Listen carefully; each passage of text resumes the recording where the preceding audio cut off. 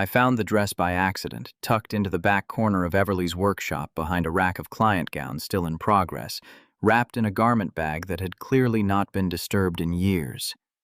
I only noticed it because the bag had slipped partway open, revealing a sleeve of ivory lace considerably more delicate than anything else in the room, and I pulled it out without thinking, the way you'd investigate anything unexpected in a familiar space.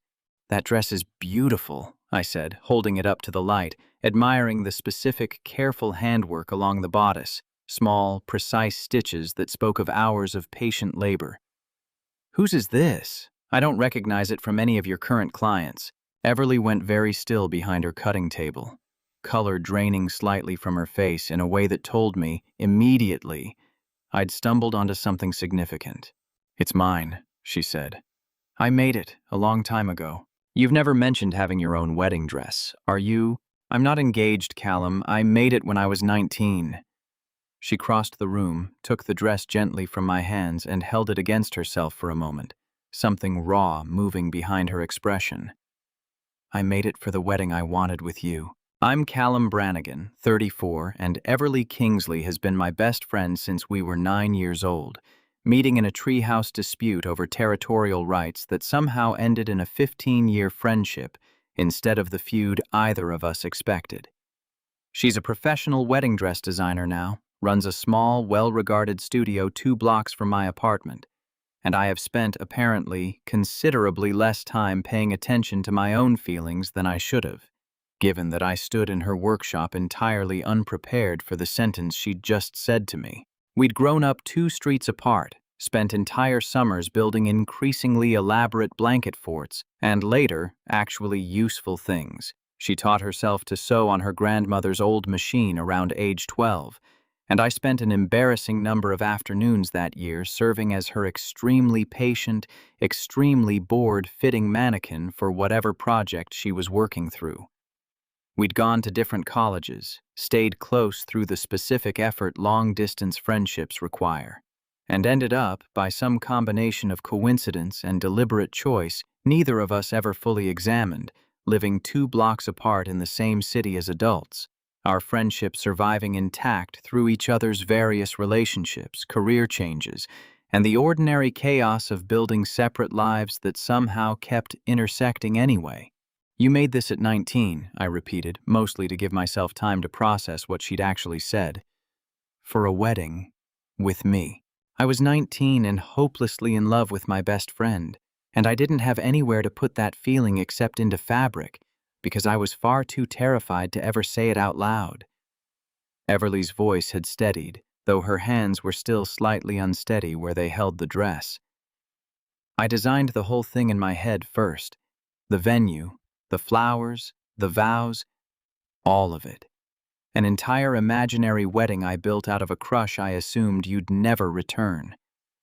The dress was the only part I actually had the skill to make real, so I made it, and then I put it away and I told myself I'd eventually either burn it or forget about it entirely. You never mentioned any of this. 15 years, Everly. 15 years of being terrified that saying it out loud would cost me the only version of you I was allowed to have." She set the dress down carefully across her cutting table, smoothing the fabric with the specific, practiced tenderness of someone handling something precious. "I've watched you date other people.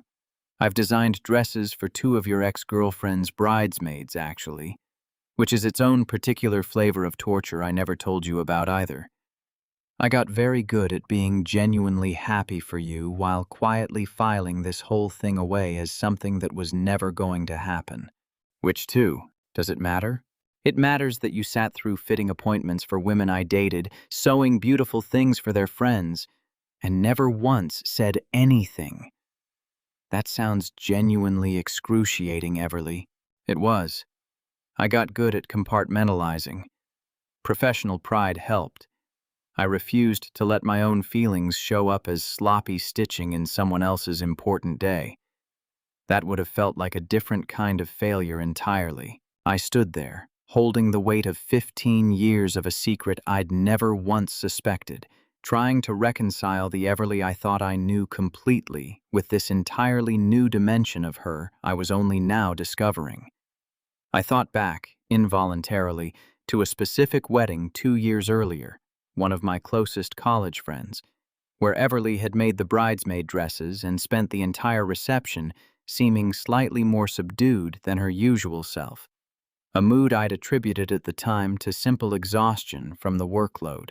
"That wedding 2 years ago," I said slowly. "Marcus and Elena's. You seemed off that whole night. Was that—" "That was one of the two, yes. I spent the entire reception watching you dance with someone at the singles table and pricing out how many more years I could reasonably keep doing this to myself before it actually broke something. Everly, I'm fine, Callum. I've always been fine. That's rather the entire problem with how I've handled this. I've gotten so good at being fine that I nearly convinced myself the feeling would just eventually fade on its own if I gave it enough time." "Why now?" I asked. "Why tell me now after 15 years of not telling me?" "Because you asked whose dress it was, and I've spent 15 years rehearsing lies for that exact question. And today, for whatever reason, I just couldn't make myself say another one." She looked up at me, something fierce and frightened in equal measure. "I need you to say something, Callum. Anything. The silence is worse than any rejection you could actually give me. I want to be honest about my own internal state in that moment because it matters for the rest of this story. I was not entirely surprised once the initial shock wore off.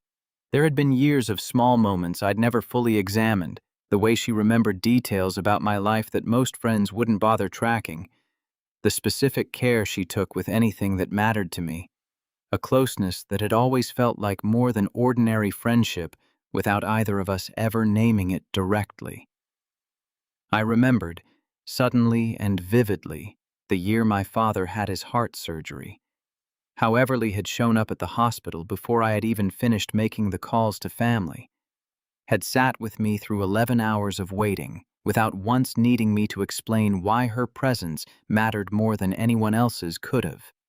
I'd built my own careful walls around whatever that closeness actually meant, mostly because I couldn't imagine risking the friendship on a guess that might be wrong. "I need to think," I said, which was true, and also I could see immediately landed as devastating as an outright rejection. Everly's face did something complicated, disappointment carefully smoothed over into practiced composure. "Okay," she said, voice gone carefully flat. "Take whatever time you need. I'd appreciate you not mentioning this to anyone else in the meantime. Everly, I'm not rejecting you. I genuinely don't know what I'm doing right now, which feels like an important distinction. It's a distinction I don't have much energy left to appreciate at this exact moment, if I'm honest. I've been holding this for 15 years, Callum.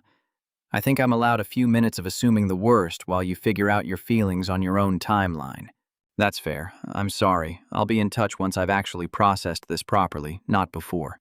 I left her workshop that afternoon in a state of genuine confusion, turning 15 years of friendship over in my mind with an intensity I hadn't applied to anything in longer than I wanted to admit.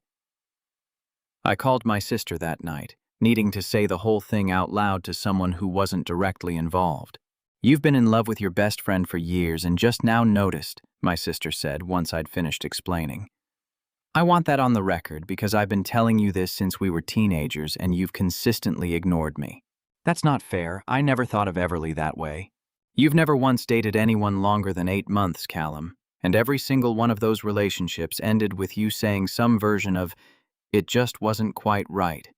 And I've watched you spend more genuine energy on Everly's birthday than on any actual girlfriends.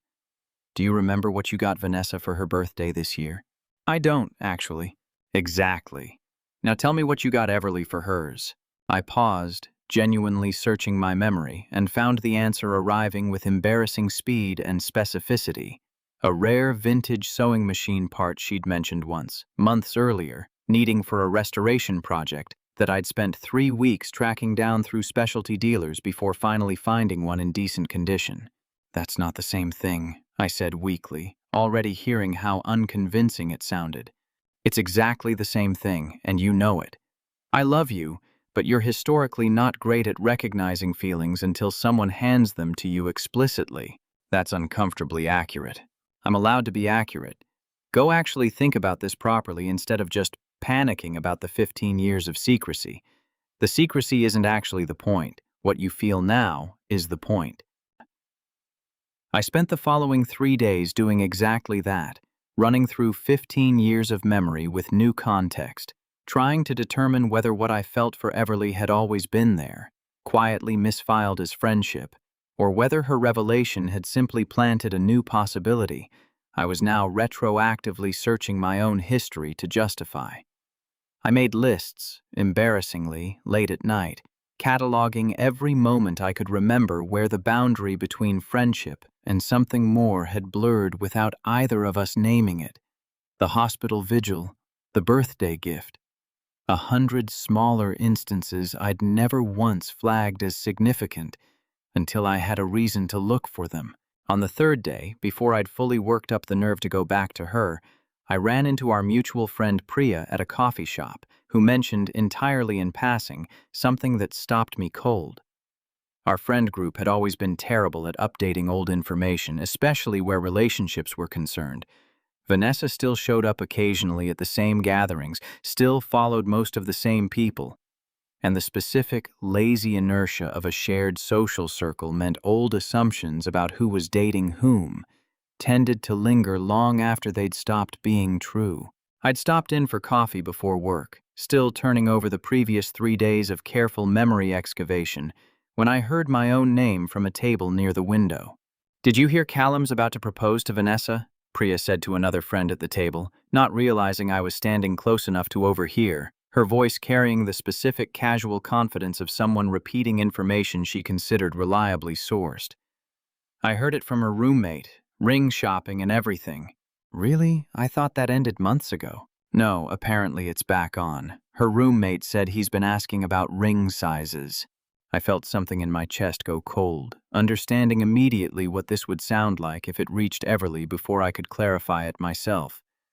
3 days of silence after her confession, followed by news that I was apparently proposing to someone else entirely. I dated Vanessa for 4 months, ended things nearly 6 weeks earlier, a fact that Priya's information was clearly working from an outdated timeline that hadn't caught up to reality. The ring size comment I later pieced together traced back to an entirely unrelated conversation I'd had with Vanessa's roommate about a gift for my own sister, information that had apparently traveled through the friend group and mutated considerably in transit. I approached the table immediately, interrupting without much grace. "That's not true, Priya. Vanessa and I broke up 6 weeks ago. I don't know where you heard otherwise, but it's wrong, and it's the kind of wrong that could do real damage if it reaches the wrong person." Priya looked genuinely startled, then apologetic. "I'm so sorry, Callum. I had no idea it was outdated information. I'll correct it with whoever I said it to." "Please do, quickly if you can." I left the coffee shop in a state of considerably more urgency than I'd walked in with, calling Everly immediately, but she didn't pick up. I texted, and the message sat there, delivered but unread for the entire rest of that day, a silence that felt considerably more ominous than her usual response time would suggest. I tried calling twice more over the course of the afternoon, each unanswered call ratcheting my anxiety higher, understanding with growing certainty that the rumor had likely already reached her through some other channel before I'd had the chance to correct it myself.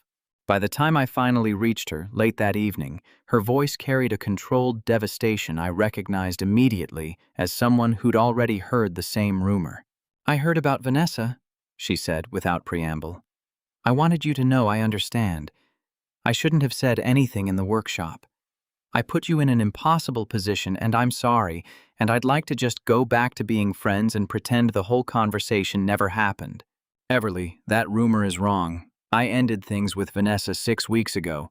Priya's working from information that's over a month out of date, something about ring sizes that actually traces back to a gift for my sister, not anything to do with Vanessa at all." There was a long silence on the line.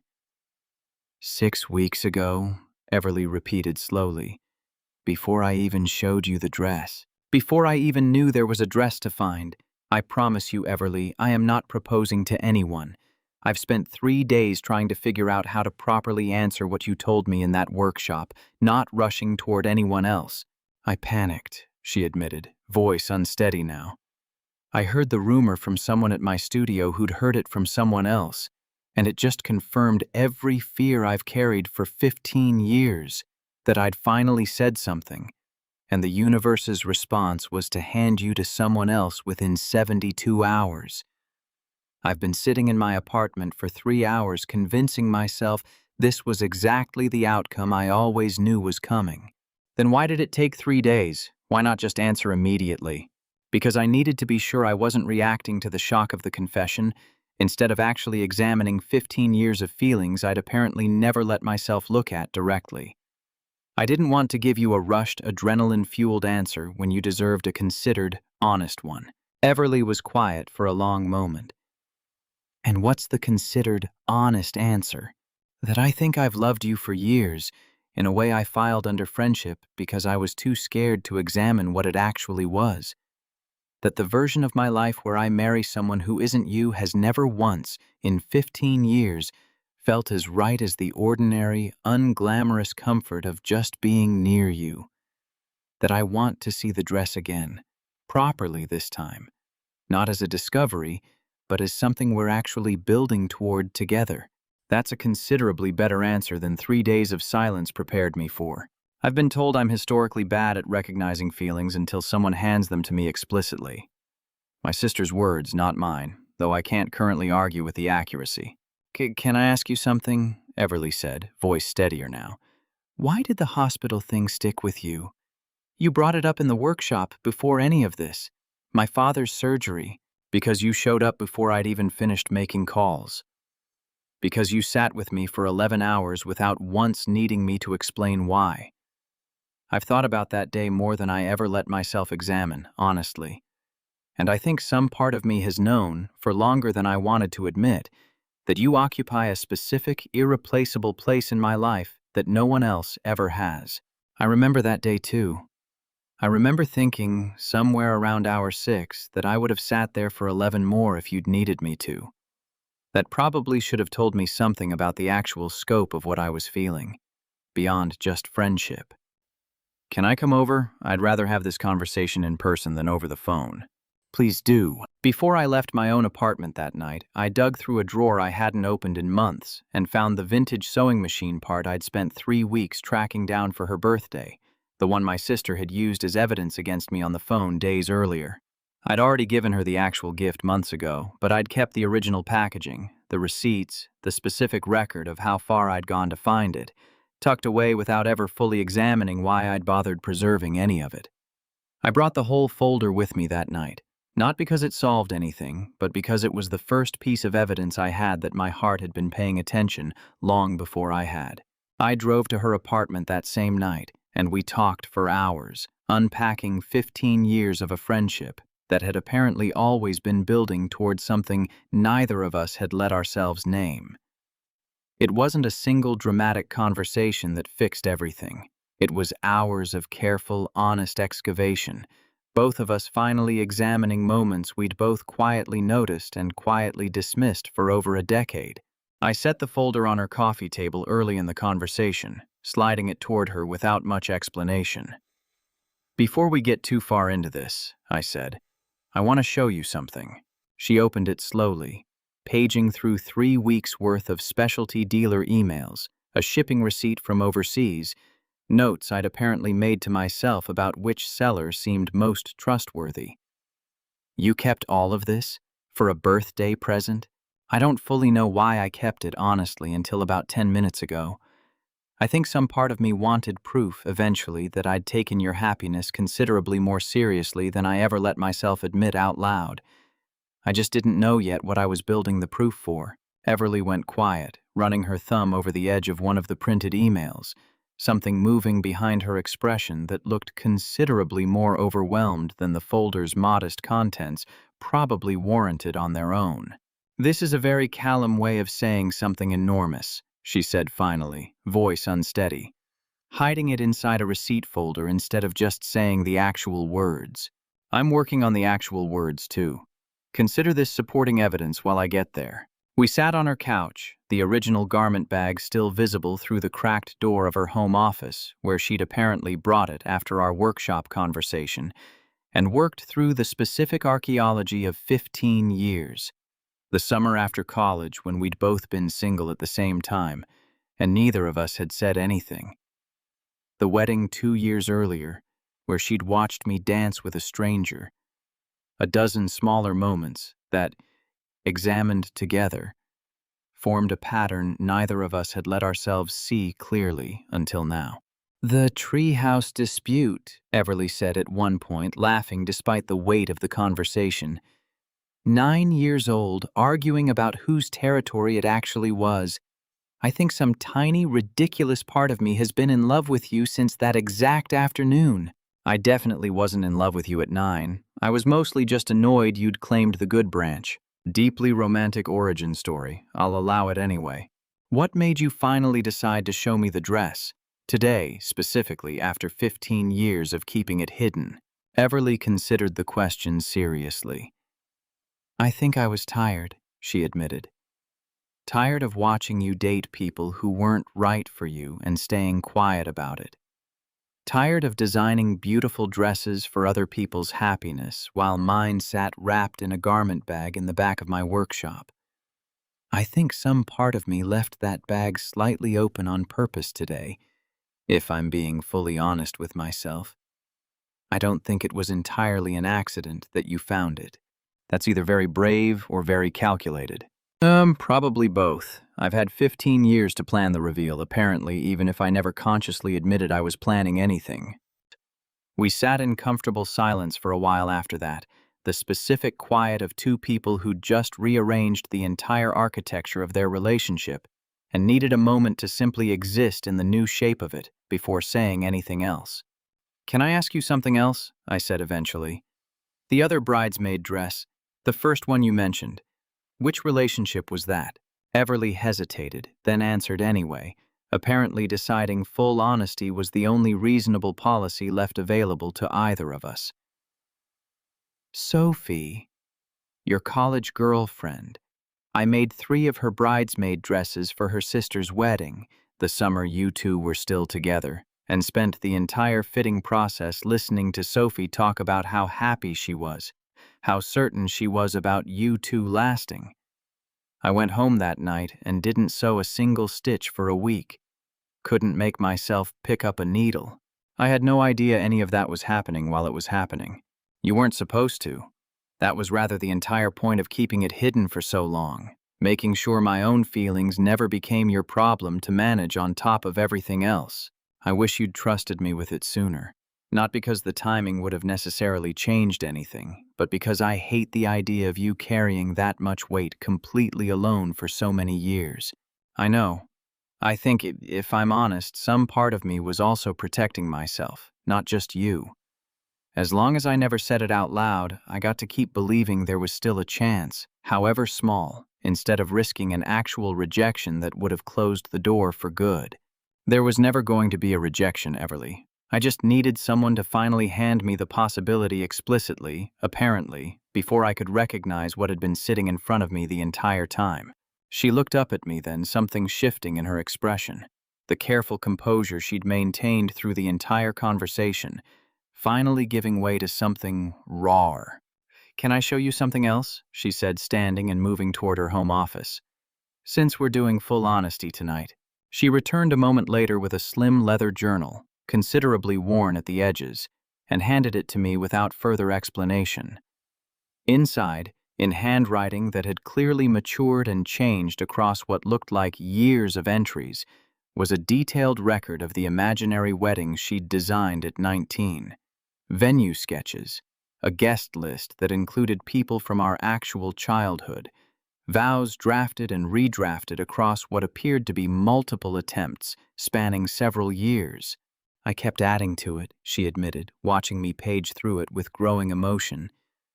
Even after I told myself I'd stopped hoping, I'd have an idea for a vow or notice a venue that felt right, and I'd write it down before I could stop myself. I think I stopped consciously believing it would ever happen around year 8 or 9, but apparently some stubborn part of me never actually stopped planning for it anyway. I read through several pages in silence, understanding, with each new entry, the full scope of what she'd been quietly carrying for a decade and a half. One entry, dated roughly 6 years earlier, stopped me entirely. Stopped hoping today. Officially.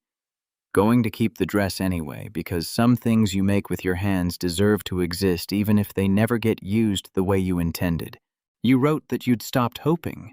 I lied to my own journal, apparently. Turns out I never actually stopped. Not really. I just got better at pretending to myself that I had. I set the journal down carefully, reaching for her hand instead. I want to help you finish it properly. Not the imaginary version. The real one.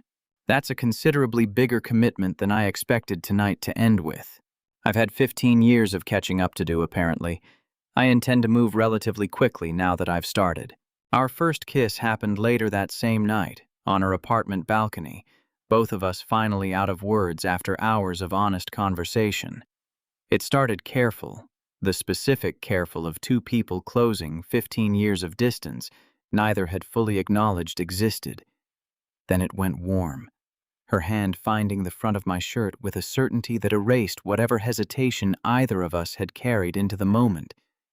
And then, for one long, unhurried moment, it went past warm entirely into something that made an ordinary Tuesday night balcony feel like exactly the right place for 15 years of almost to finally resolve itself.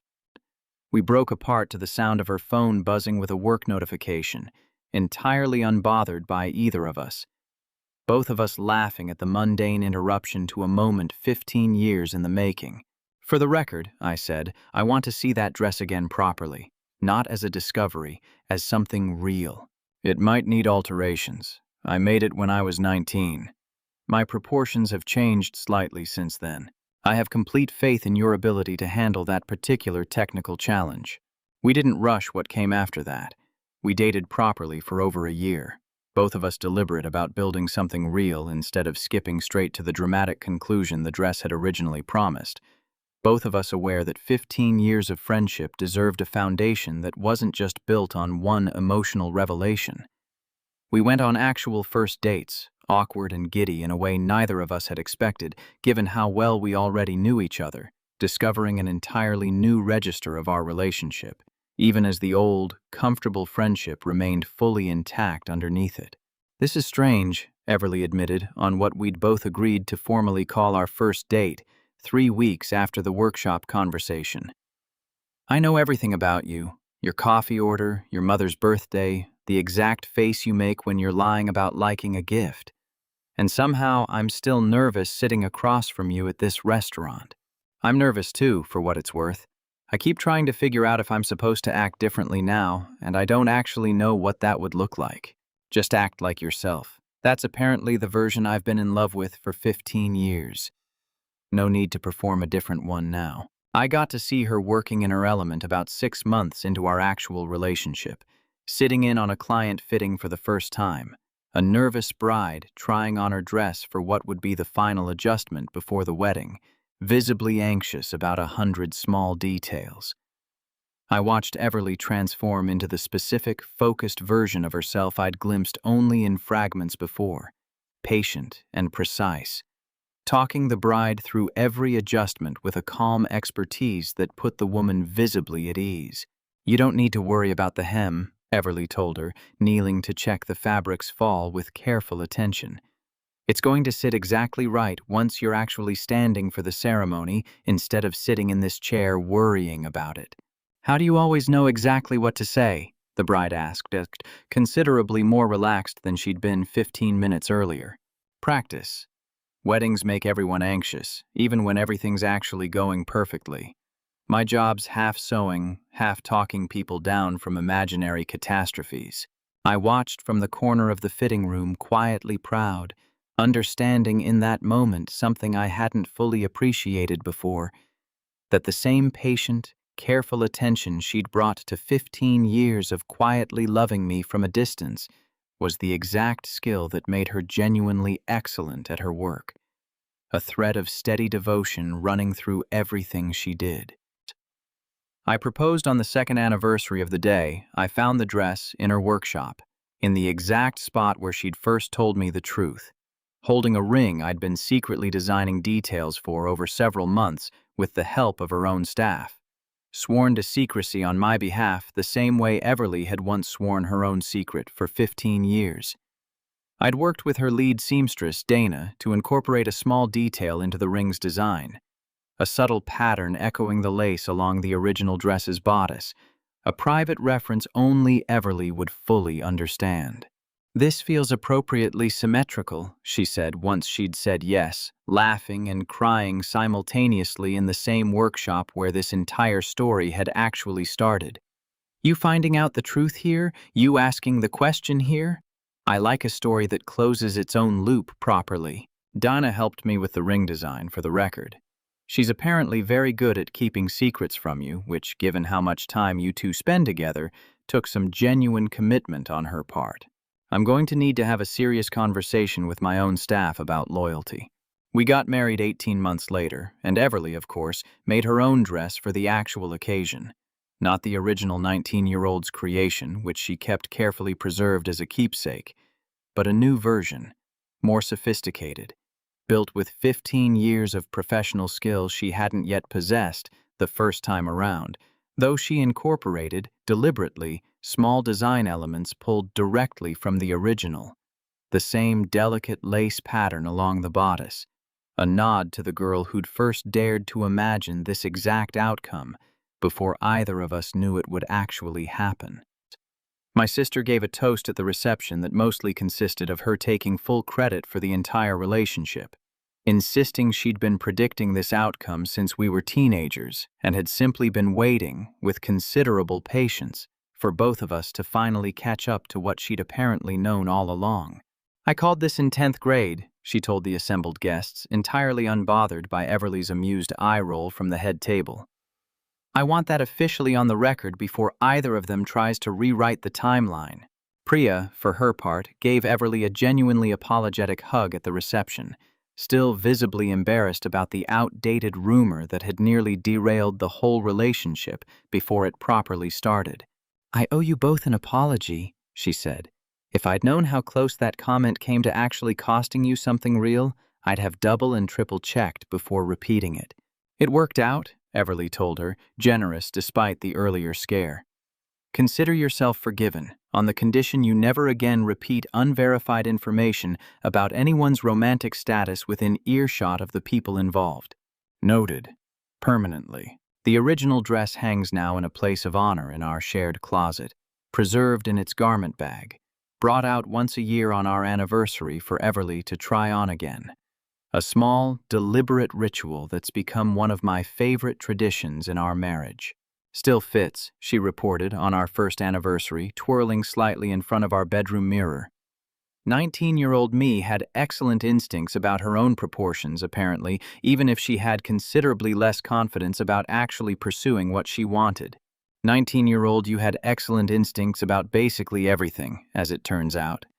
I'm just sorry it took me 15 years to catch up to them. You caught up eventually. I've decided that's what actually matters in the end. The leather journal sits beside the dress now, in the same closet, its final pages no longer filled with imaginary planning, but with actual, lived entries. The real wedding, the real vows, small notes from our real anniversaries that Everly still adds to occasionally, the same handwriting that had once recorded 15 years of quiet, unspoken hope, now recording something considerably more solid in its place. "I think I'm going to keep adding to it," she told me on our second anniversary, adding a new entry while I made us both coffee. "Not because I'm still hoping for anything uncertain, just because it feels right to keep the record going. Proof that the story kept moving forward instead of just ending at the good part." I like that plan, though I'd like it on the record that I intend to read every single new entry, given how illuminating the old ones turned out to be. You'll have to wait until I decide you're allowed. Some habits from 15 years of secrecy die harder than others. I can be patient. I've apparently had considerable practice, even if I didn't know it at the time. What would you have done if you found proof that someone had been quietly dreaming about a life with you for 15 years before either of you said anything? Tell me your story in the comments. If you liked this one, leave a like, subscribe, and I'll see you in the next video.